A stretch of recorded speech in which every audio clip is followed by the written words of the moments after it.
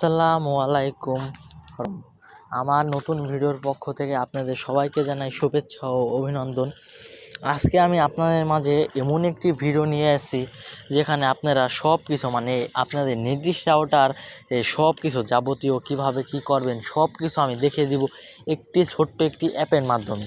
এবং আপনারা জানেন এই নির্দিষ্ট রাউটারের ওয়েবসাইটও আছে, যদি আপনারা ওয়েবসাইটে অনেক ভেজাল অনেক কিছু করা লাগে, যদি সেগুলো না বোঝেন তাহলে আপনারা একটি অ্যাপের মাধ্যমে করতে পারবেন। চলুন ভিডিওটি শুরু করা যাক।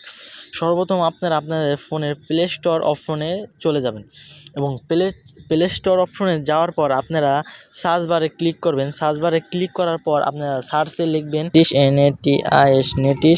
নেটিশ রাউটার ম্যানেজার অ্যাপ।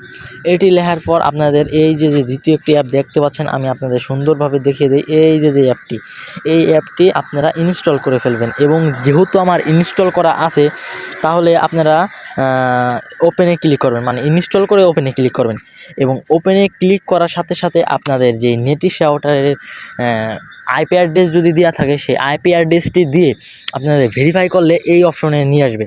আমি আমার আইপি অ্যাড্রেসটি দেখাচ্ছি না এবং সেটি বলছি না।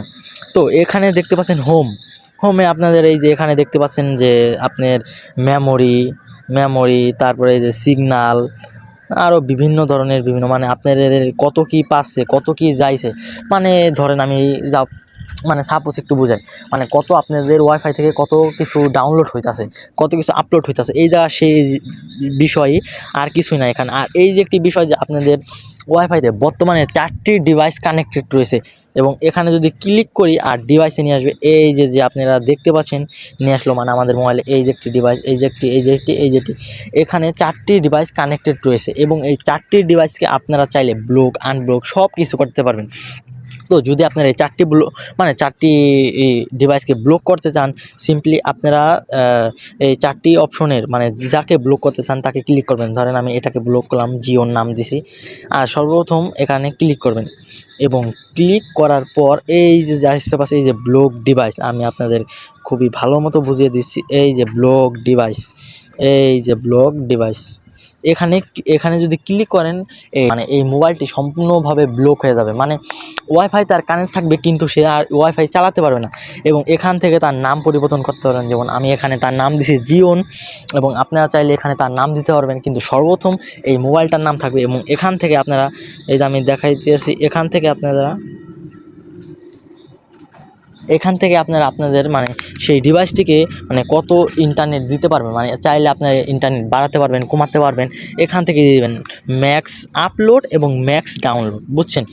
তো সিম্পলি এই কাজটি হয়ে গেল। এখন আমরা যাব টুলসে এবং টুলসে যাওয়ার পর সর্বপ্রথম আপনারা যে কাজটি করবেন, যদি আপনারা এখানে টিপ দেন তাহলে কানেকশন ইনফরমেশন দেখতে পারবেন এবং এখানে আপনার ওয়াইফাই স্পিডটি জানতে পারবেন, এখানে আপনার ওয়াইফাইটি শেয়ার করতে পারবেন, এখানে আপনার ওয়াইফাইটি গেস্ট নেটওয়ার্ক তৈরি করতে পারবেন।